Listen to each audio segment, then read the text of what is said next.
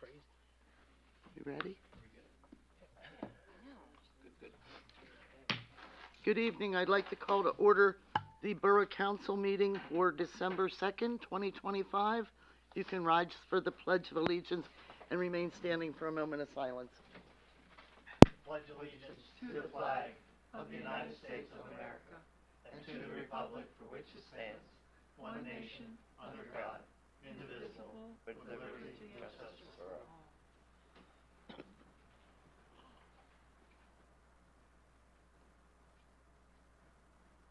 Thank you. Great. Grace? Here. Here. Here. Here. Here. Here. I'd like to report on our last executive session. We discussed matters of real estate. No action was taken. Now is the time for public comment on agenda items. Does anyone have a comment?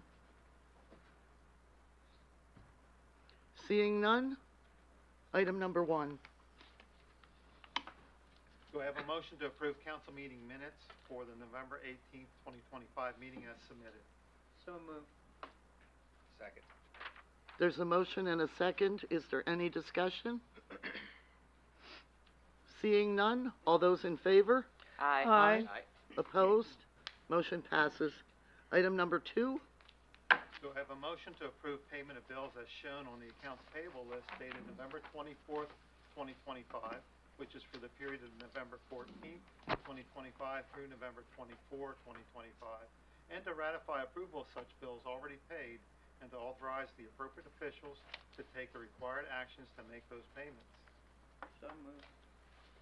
Second. There's a motion and a second. Is there any discussion? Seeing none, all those in favor? Aye. Opposed? Motion passes. Item number 3. Do I have a motion to adopt Resolution 2025-22, authorizing the execution of a 5-year cable franchise agreement between the Borough of Middletown and Verizon Pennsylvania LLC? Say, if I could interject, as a solicitor, we were asked to look at the agreement and the law, and then maybe see if we could get information from the Cohen Law Group about their attempts to negotiate. I've exchanged calls. I did review the federal statute, the regulations, all the, there does not appear to be any preemption issue. I do see that, they were negotiating over that. Like I said, I've exchanged calls with, but have not yet spoken to the individual Cohen law firm that did the negotiations. I don't have more information on, any details about those negotiations. So at this point, as with me reading the motion, I guess do we want to entertain any other discussion, like tabling, because we don't have that information from? That's up to council. So there's no answers from our questions of last meeting. Yeah, now it looked like there were also some questions about whether the PUC had some impact on it, or the Federal Communications Act. The cable-specific things that are covered by the franchise agreement are not within the jurisdiction of the PUC. That's just not, in Pennsylvania, that's not a thing. The franchising authority, unlike in some other states, is actually the municipality, and we're actually certified by the FCC as the franchising authority. So that's not a PUC preemption thing. The federal statute also doesn't preempt, the possibility of trying to regulate or have an agreement on the handling of equipment or facilities in the right of way, and they don't have comprehensive regulations on it at the FCC. They do have comprehensive regulations on what happens to cables inside of a subscriber's property, and that's actually regulated, and that is preempted. So, if someone ceases to be a subscriber, if the equipment's owned by, if the cabling is owned by the operator, they have to either say that, you know, the person can keep it at no cost, or they have to offer them the right to buy it at a set, you know, regulated price, or they have to come in within 30 days and remove it. But there's no, you know, federal regulation or standards regarding the equipment and facilities in the municipalities right away. So Jim, I think to make it simple, I think what you're saying is, Ken, we, I think Jim is dropped off the line. Sorry. I think, sorry, hold on.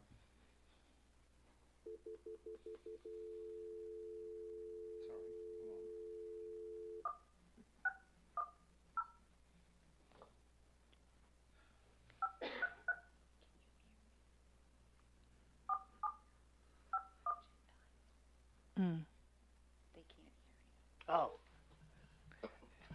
So, Okay, I think you're both back on. O is not for off, right? I have So, a, I think, what I was, gonna say was, in my understanding, I think what you're saying, breaking down simplistically, is that Cohen could have convinced, if they could have been successful in convincing them to put more standards in our agreement, the law would allow that. the law would allow it, doesn't mean that they're gonna have leverage. You know, I don't know what the leverage is in the negotiations, but Right.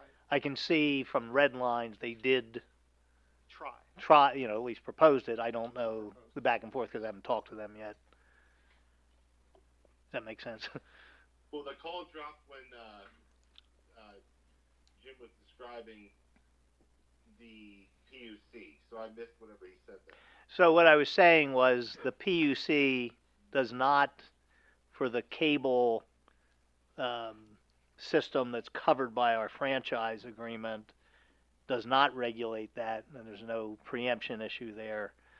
And it doesn't, you know, the federal statute doesn't actually preempt or prohibit, you know, a franchising authority like a municipality from trying to address those. Doesn't mean contractually you're going to get them, but there's not a prohibition.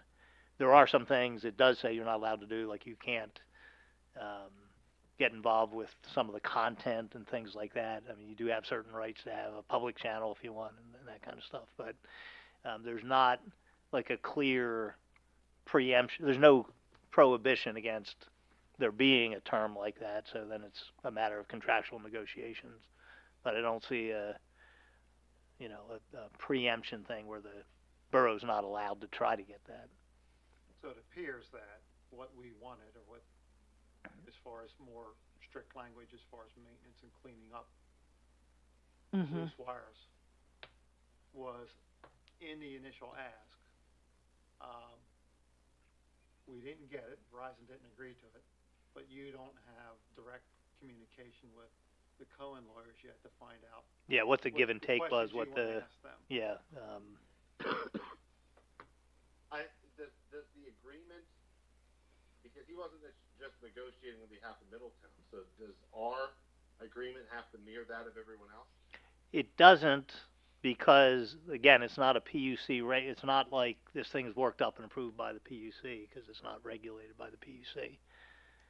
They don't all have to be the same, and my impression was, on that specific point, that wasn't something they were trying to negotiate on behalf of others, and maybe some others, but that wasn't part of their standard, if you will, document. They were trying to add that piece. So, but yeah, there's not like a tariff you know, and this comes out like this is the PUC approved this, we're not allowed to change it. There's not that kind of dynamic involved in this. There are for some other components, so it's funny, we all think of cable as that whole package, but the internet piece is, and the telephone pieces, you know, those are regulated by the PUC. So what we do know is this same law group that operated on behalf of the members of CAPCOG was successful in getting language into the Comcast agreement some years ago that gives more specific language about maintaining your loose wires and so forth. The same language, I saw evidence they used the same language that's in Comcast and tried to get it into the Verizon because it's in their red line document that Verizon So that's all we know at this point. Yeah, We don't know right. why. We don't Right. know why. Yeah, we don't know what the discussion was or the give and take or that sort of thing. There are two things we don't know. We don't know why Verizon redlined that out, and two, we don't know if there's anything more we can pursue. I know why, based on what Cohen told me before our last meeting, verbally. Uh-huh. Jim hasn't had a chance to question them, is Yeah. what I'm saying. They told me they tried, but it was an absolutely no starter for Verizon. They weren't gonna be held hostage to additional language for municipalities when they have standard language over the broader network they serve in their own, what is it called, construction standards that they follow. So they weren't willing to do something different for us because they have one way they do it for everybody all the time. Yeah, Verizon- Is that kind of what Yeah, that's what I took out of it. Verizon's a big national corporation, and they're so big they weren't gonna pay attention or whatever. for reason. one little, yeah. And the other thing that came out of my discussions with the Cohen lawyers is maybe could be, I don't know, but the whole cable TV revenue is diminishing greatly, and maybe that is another reason they didn't want to address it. The returns aren't as much. I don't know, but could be. I mean, everybody's going to streaming nowadays, and streaming is can't get a franchise for streaming services. Right. Cable TV, more Right. people are cutting their cable and going to streaming services. Yes. Yeah. I don't know if that- Yeah, it's funny. This whole statutory scheme, the federal one, was all wrapped around the idea of, old-timey cable, which seems Yes. funny now. And then you had all the FiOS stuff come in, and then everybody started streaming, and, we view it all as one package, but they're actually regulated very differently. It's really the physical, It's the streaming that cable falls under system. PUC. right. So, I guess they might view it as, we don't want to have two different standards. On the other hand, there's a little bit of a hole in the contractual scheme in my mind that since they're not regulated by the PUC, we can't go to the PUC and complain and have them implement it. Right. And the federal law actually has a section that talks in terms of, the franchising authorities, which is in Pennsylvania, municipalities, can establish and enforce, reasonable regulations relating to the equipment and facilities in the public right of way, if it's in the franchise, i.e. the agreement. Well, isn't that a circuitous thing? Yeah, If so- it's in, but they won't let it in, but if it's in, we can do it, but Yeah. Verizon won't let it in. Yeah, like I said, I don't know what the dynamics were of the negotiations yet until I talked to the person that did the negotiating. So I would be curious, and I mean, I don't know if we can find this out, is the issue that they don't want to change the agreement because they don't have the ability or they don't want to, devote the manpower to come down here and remove their lines? Because if that's the case, could we make an agreement that we could remove the lines ourselves? But there- Because they're dead cable lines, correct? There's the FCC law that allows them to be in our space, in our right of way. I don't know that for that reason we can, I think if there's a dangerous wire that's laying on the road, we have every right to go out there and cut it and remove the hazard. Right. But if there's a mass of wires going from a pole, let's say there's 6 wires going from a pole to a vacant building that we know is currently vacant because all the tenants moved out, but somebody's going to maybe buy it at some point and put other tenants in, I don't think that we would have the right to go up to the pole and And- disconnect from that. Yeah, so without getting deep into it, there are FCC regulations specific to multi-unit places about, but that to me is different from an obsolete deadline that for 20 years is, Right. it's And never that's going to what be I'm used again. saying. If they don't want to come in and remove those lines, will they give us permission to remove them? Yeah, I That's don't the know, issue. that's a contractual, we'll have to see if Well, that's going- what I wanna know. Yeah. That's I think an That's my interesting- question. Very good. That's Yeah. what I'm asking. Yes. If they don't wanna do it because for whatever reason, can we do it ourselves? Yeah, we'd have to ask that. That's what I want Contractually, you to ask. what's that? That's what I want you to find out from Yes, Owen. okay, Okay, like I that's said, what I'm getting at. yes, yeah. I mean, It's not an that I think interesting we should idea. have to, but if they're not willing to do that, is that a workaround to get rid of them? Mm-hmm. Mm-hmm. Because if they're dead cable lines, then they're not. Yeah, so what I'm understanding the issue is when we're talking about on our poles, in our right of way, like here's a inch and a half thick cable or 6 of them or whatever, and it's been there for 20 years and it's dead and it's never going to be used again.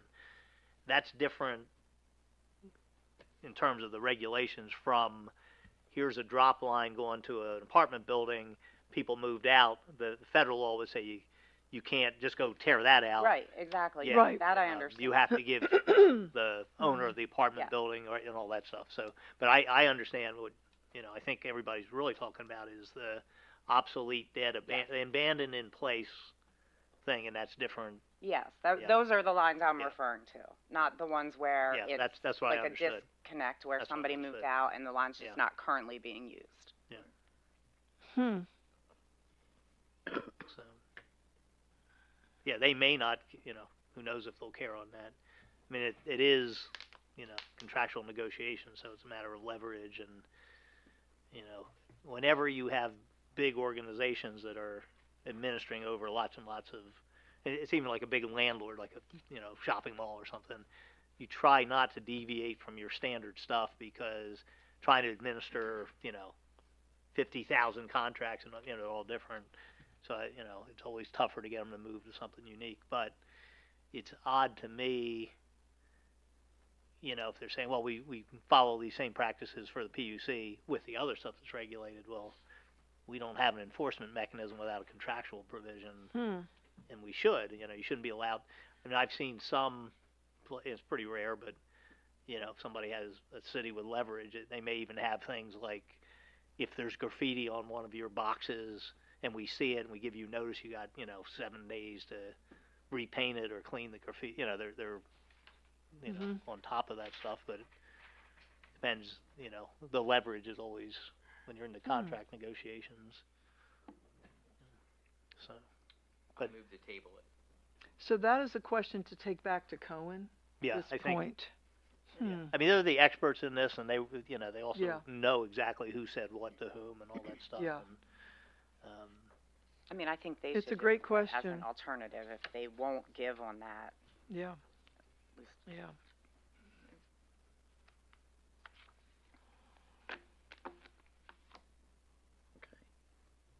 Second. Sorry, I Okay. just realized that's what we're doing. Okay, Pat made a motion to table. Oh, Andrew second. all right. Is there any other discussion? Okay. All those in favor? Aye. Opposed? Motion passes. Grace, you want to note that was tabled?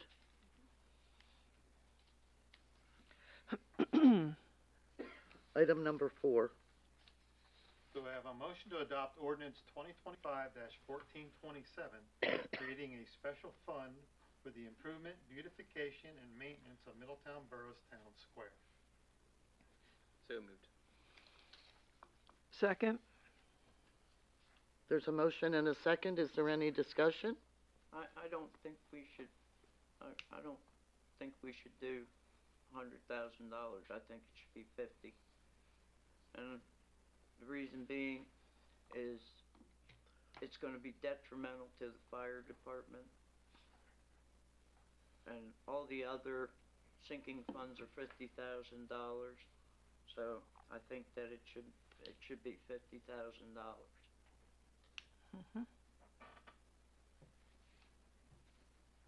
So you're saying it should be 50 just because all the others are 50? That's right.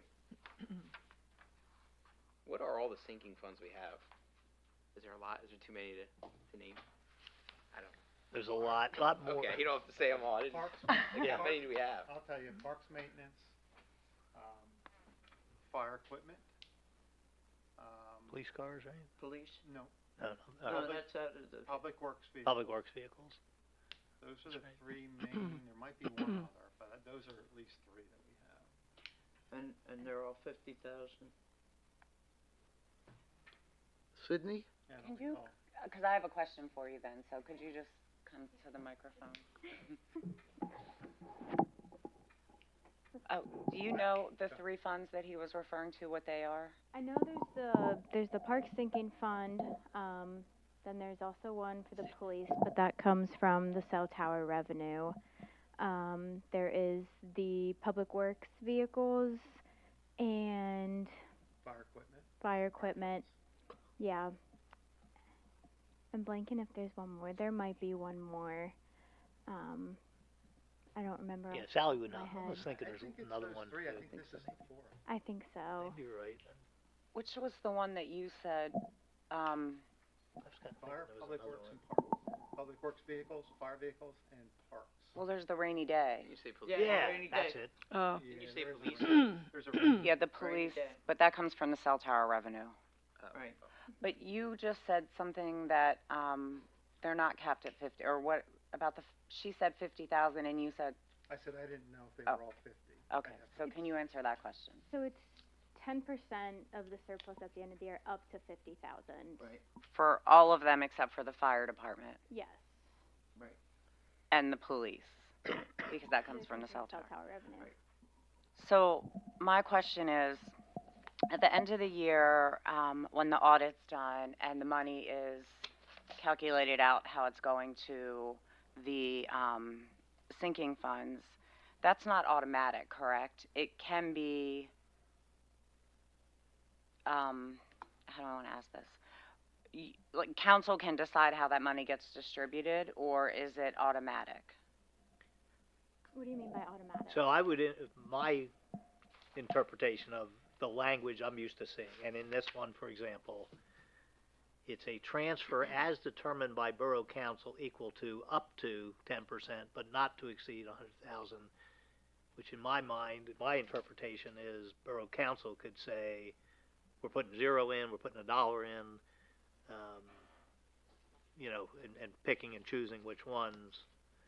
But, the transfer has to be determined by Borough Council. Once you know there's a surplus, and what are you doing with it? How are you allocating them? I don't recall if there's any out there that have different language. I know the last two, the parks one, they have this as determined, but I think they all do. I think we tried to use consistent language. But it's not, in my mind, a self-executing thing. It's Right. council still at the end of the year has, okay, there's how many dollars are there and how are you gonna allocate that? That's up to the majority of council. I still say it ought to be. and, Jim, is it also that council can eliminate a sinking fund? Well, it does get funny, once you start allocating to something, you're really, not supposed to be moving them back and forth to other things, because you really are setting up almost like restricted fund concepts. Is that yes or no? I'm sorry. Yeah, Can you get rid of a fund? you could get rid of a fund, but it's, you're not. So really- we could. But you're saying- You're transferring, it's a, It's a difficult process. yeah, it's an ordinance amendment and, you shouldn't be doing these lightly. You're committing to the concept of putting funds in a special purpose account. You're not really supposed to be rating them for other things.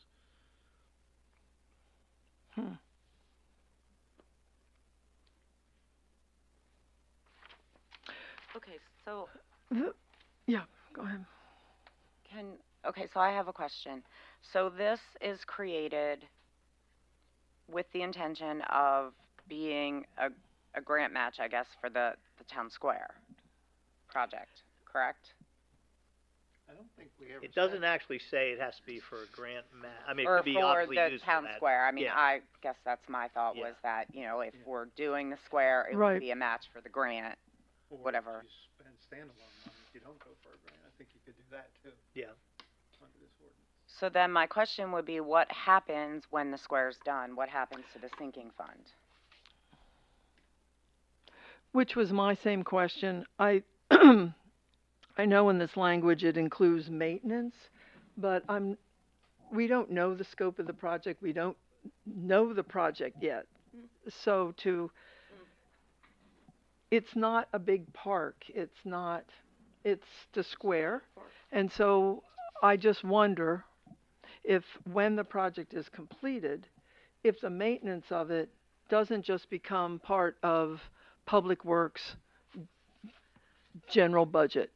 It doesn't have to become a special sinking fund to maintain the square. Once you achieve your goals. Once we Yeah. achieve the goal, exactly. Well, it's certainly easy to do away with it if you spend out the money, you know, and you're not moving it. You can stop doing it or stop funding it, or I think, it comes with what you want. I mean, if you don't want to prioritize the square, then you don't do it. You know, for me personally, I think the square is really important. No, this is not an anti-square conversation. This is the conversation that was difficult to have the night it was floated because we were thinking about the budget passing, and so. There were some negotiations going and I forget how it all played out, and that's what I'm trying to replay. I know. So that's what we're trying to understand. The goal is, and I think it's a good goal, as we know with parks, when you're going for a grant, it's helpful to show a funder that you are committing also to the success of the project. So that's a very good thing, which is why, while I understand Rachel's points around everything else is 50,000, for me, I'm still okay with 100 because we want to get this project going, and we don't want to have it lag for years and years. We want to commit to it and see it through in the most expedient way. And if that means having money aside to match for grants, that seems to make sense to me.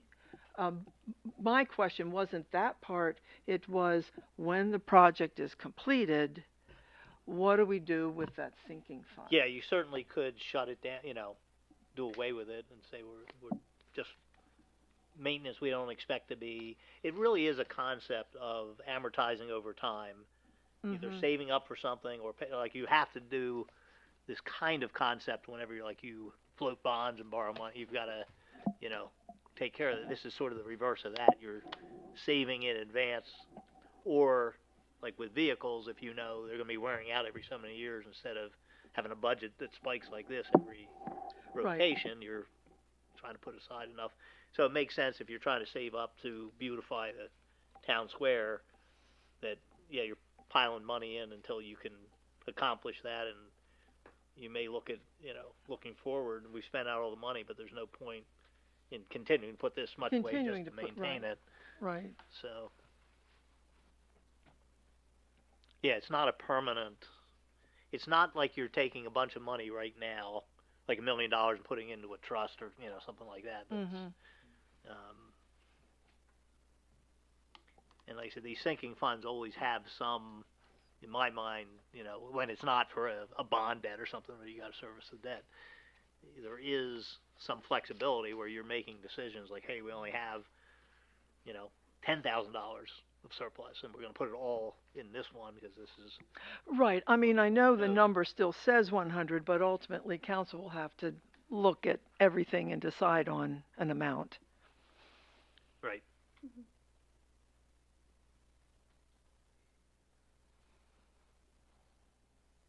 Any other questions or discussion?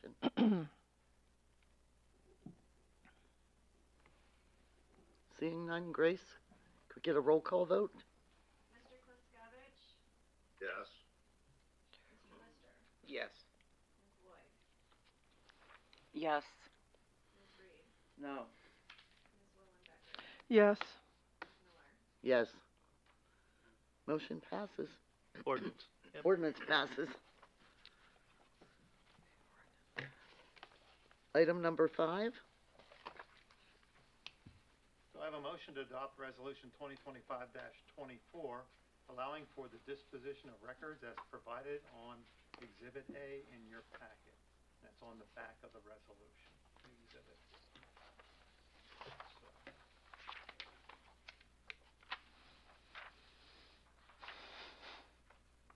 And shredding old records. So moved. Yeah. Yeah. Second? I have a motion and a second. Is there any discussion? Seeing none, all those in favor? Aye. Opposed? Motion passes. Item number 6. Do I have a motion to approve the memorandum of understanding between the Borough of Middletown and the Peyton Walker Fund to provide for an AED to be donated and installed at Hopper Park? So moved. Second. There's a motion and a second. Any discussion? Seeing none, all those in favor? Aye. Opposed? Motion passes. Item number 7. Do I have a motion to approve the transfer from the homestead loan account to the Park Sinking Fund, an amount of $128,615.09? So moved. Second? Okay, there's a motion and a second. Is there any discussion? No. All those in favor? Aye. Opposed? Motion passes. Item number 8.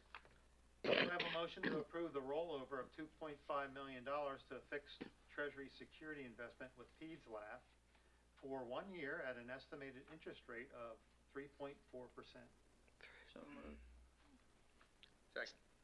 There's a motion and a second. Is there any discussion? Seeing none, all those in favor? Aye. Aye. Opposed? Motion passes.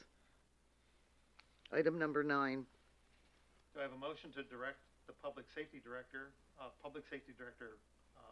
Dan Wright, to take the required actions to facilitate an in-house testing for police officer candidates and to contact the Civil Service Commission for the establishment of an eligibility list for police officers?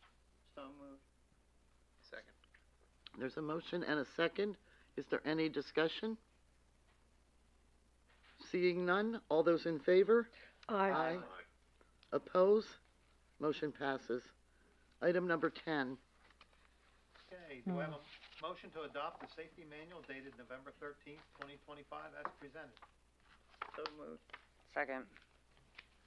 There's a motion and a second. Is there any discussion?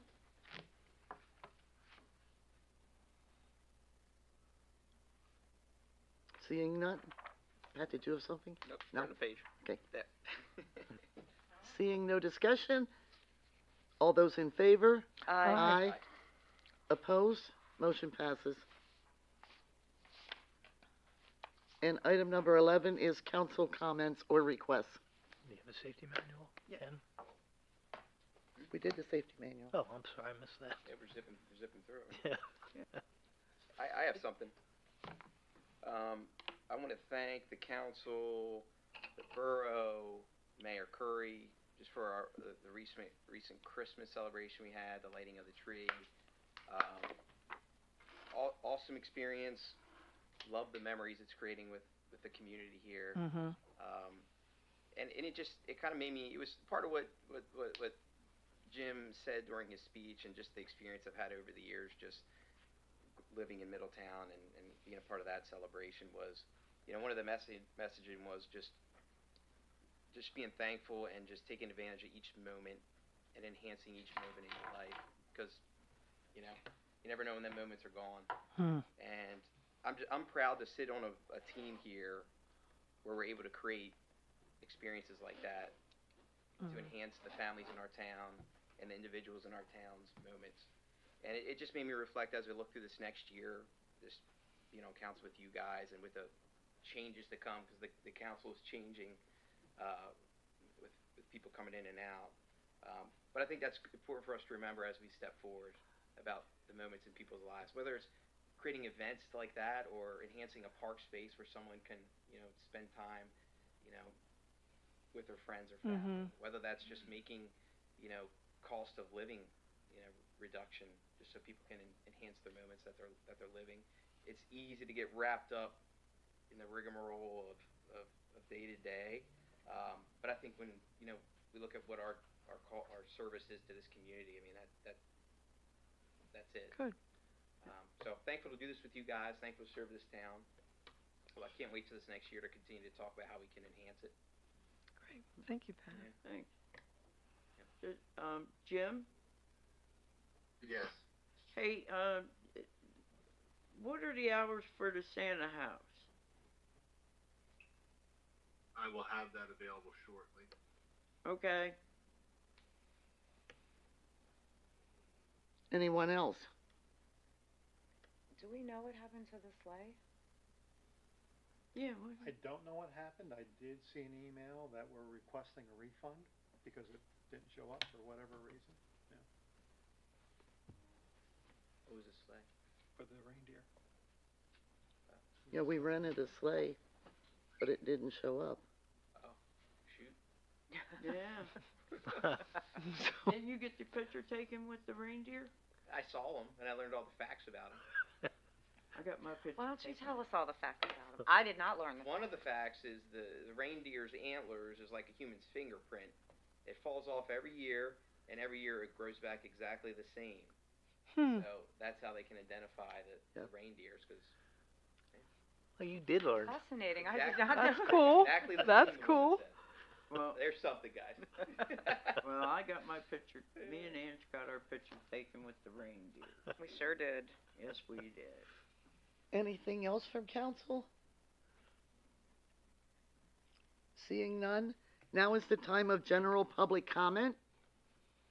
If anyone has a comment, you can come to the podium. There is a 4-minute time limit on comments. And does anyone have a comment?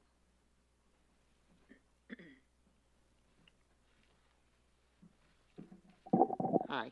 Did you sign in? I did not. On this, can I Yes. do it after I speak, or?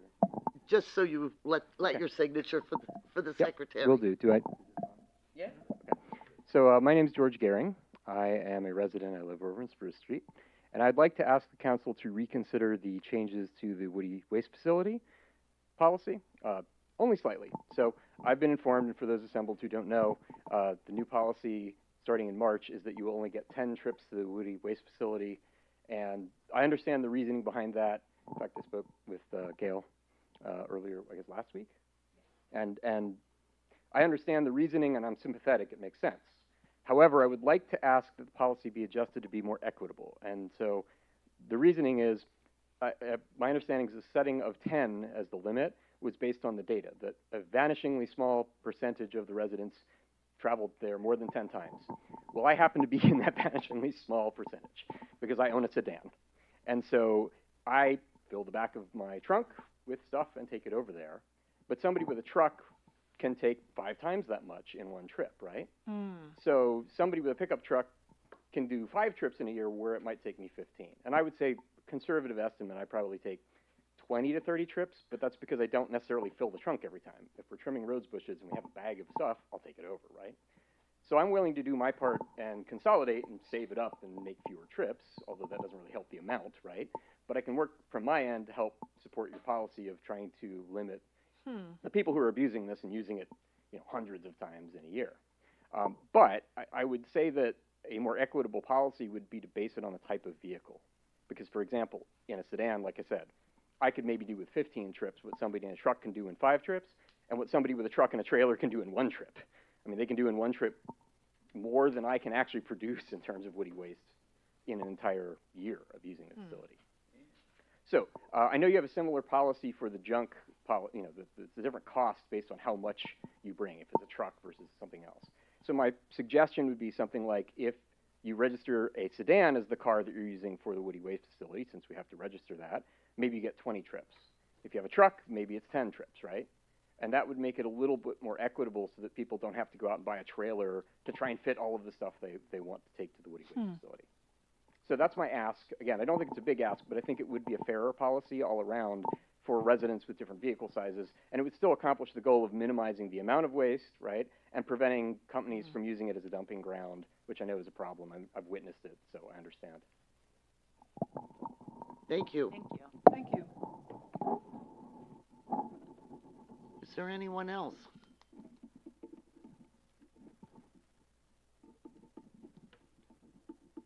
Seeing no one else, we will be going to executive session, and I need a motion to adjourn this meeting. So moved. All those in favor? Aye. Aye. Aye. Meeting adjourned. Go team. Got it. Yeah, well, them birds lost. Oh, man. You had to bring it back up. Well, mine only lost by 1 point. I don't even know your team.